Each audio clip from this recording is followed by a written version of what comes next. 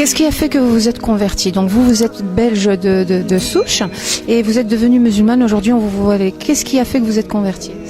En fait, j'ai grandi dans un petit village en fait où il n'y a aucun musulman, même pas des Africains. Je veux dire, c'est vraiment des Belges. Les seuls immigrés qu'il y a, ce sont des Italiens.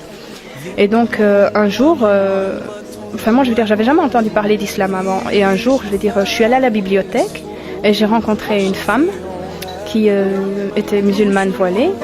Et elle prenait un livre dans ses mains et je l'ai vue qui embrassait un Coran.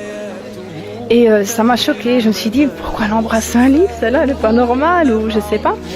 Et en fait, ma curiosité a été plus forte. Je suis allée trouver la jeune fille et je lui ai dit, voilà, excuse-moi de te déranger, mais j'aimerais bien savoir pourquoi tu as embrassé un livre. Je veux dire, c'est que des pages et tout.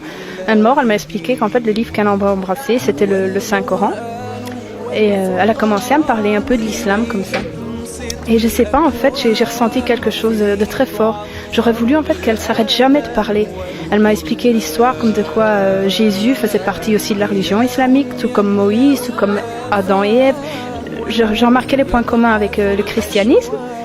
Et alors, je me suis sentie attirée. J'ai trouvé des réponses en fait, des failles que j'avais trouvées au christianisme. Vous étiez chrétienne pratiquante auparavant? Pas pratiquante, non. On allait à l'église. Voilà, baptisée, mais sans plus, petite communion, mais à l'église pour les baptêmes, sans plus, quoi, vraiment très très limité. Mais je cherchais au fond de moi mon identité en fait. J'ai cherché, avec plusieurs personnes de mœurs différentes. Donc ma meilleure amie était genre un peu punk comme ça. Je me suis cherchée même de ce côté-là et tout. Je me suis pas trouvée totalement. Donc je suivais un rythme sans me trouver réellement. Et quand j'ai découvert l'islam, en fait, j'ai découvert que j'avais pas besoin de me chercher, j'étais déjà moi-même en fait. Et j'ai voulu en savoir plus, elle m'a parlé pendant quelques heures et j'ai pas pu attendre, je me suis convertie tout de suite.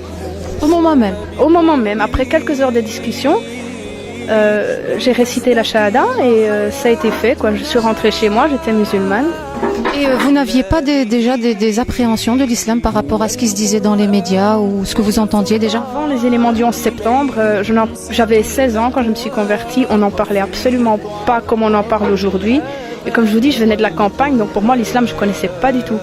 Je savais que les femmes portaient le voile, qu'on ne mangeait pas de porc et qu'on ne buvait pas d'alcool. C'est tout ce que je savais. Et là, je veux dire, j'ai voulu en savoir plus, quoi. Comment a été prise cette conversion par votre famille quand vous êtes rentrée à la maison et que vous avez dit, voilà, je suis musulmane? Ça s'est passé comment?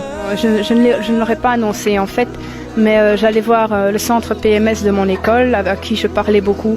Et j'avais beaucoup de problèmes dans mon adolescence avec mes parents. Et donc, je veux dire, on a eu un rendez-vous avec un juge.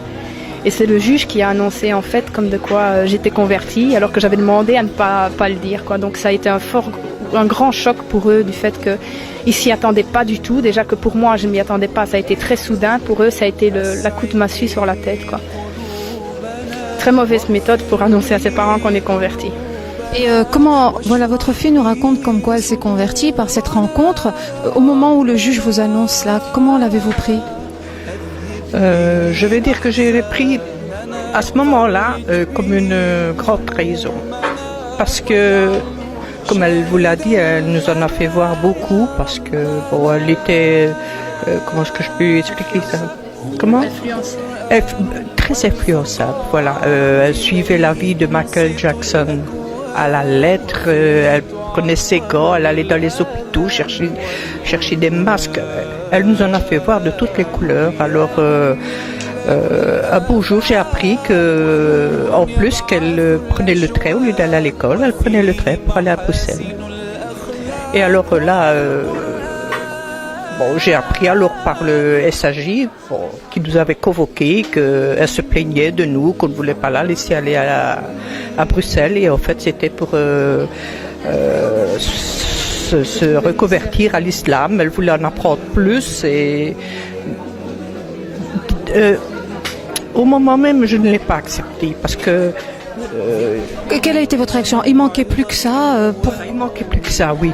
Il manquait plus que ça. Je dis jusqu'où elle va aller avec ces folies de jeunesse. Ces folies de jeunesse, exactement. Oui, je me dis mais où ça va s'arrêter? Et puis alors maintenant, disons qu'au fil des années, elle s'est très fortement assagie et elle a montré envers son père et envers moi beaucoup plus de respect. Beaucoup plus de respect et elle ne me voit pas pendant 2 jours, elle me téléphone 3 fois sur la journée. Donc ça, comment vais-je dire ça? La relation est devenue vraiment très très très belle. Au début, il y a eu des confrontations. Elle essayait de vous imposer son mode de vie. Oui, elle essayait de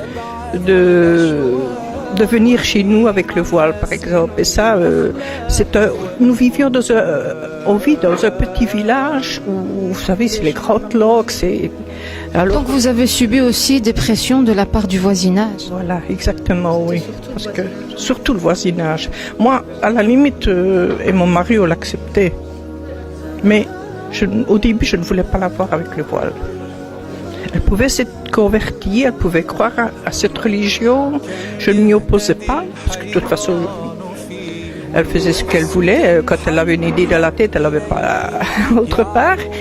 Mais je ne voulais pas la voir avec le voile. Et puis alors,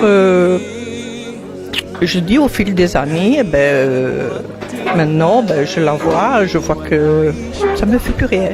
Comment voyez-vous auparavant, avant que votre fille arrive avec cette identité musulmane qu'elle a adoptée, comment connaissiez-vous l'islam? Que connaissiez-vous de cette religion?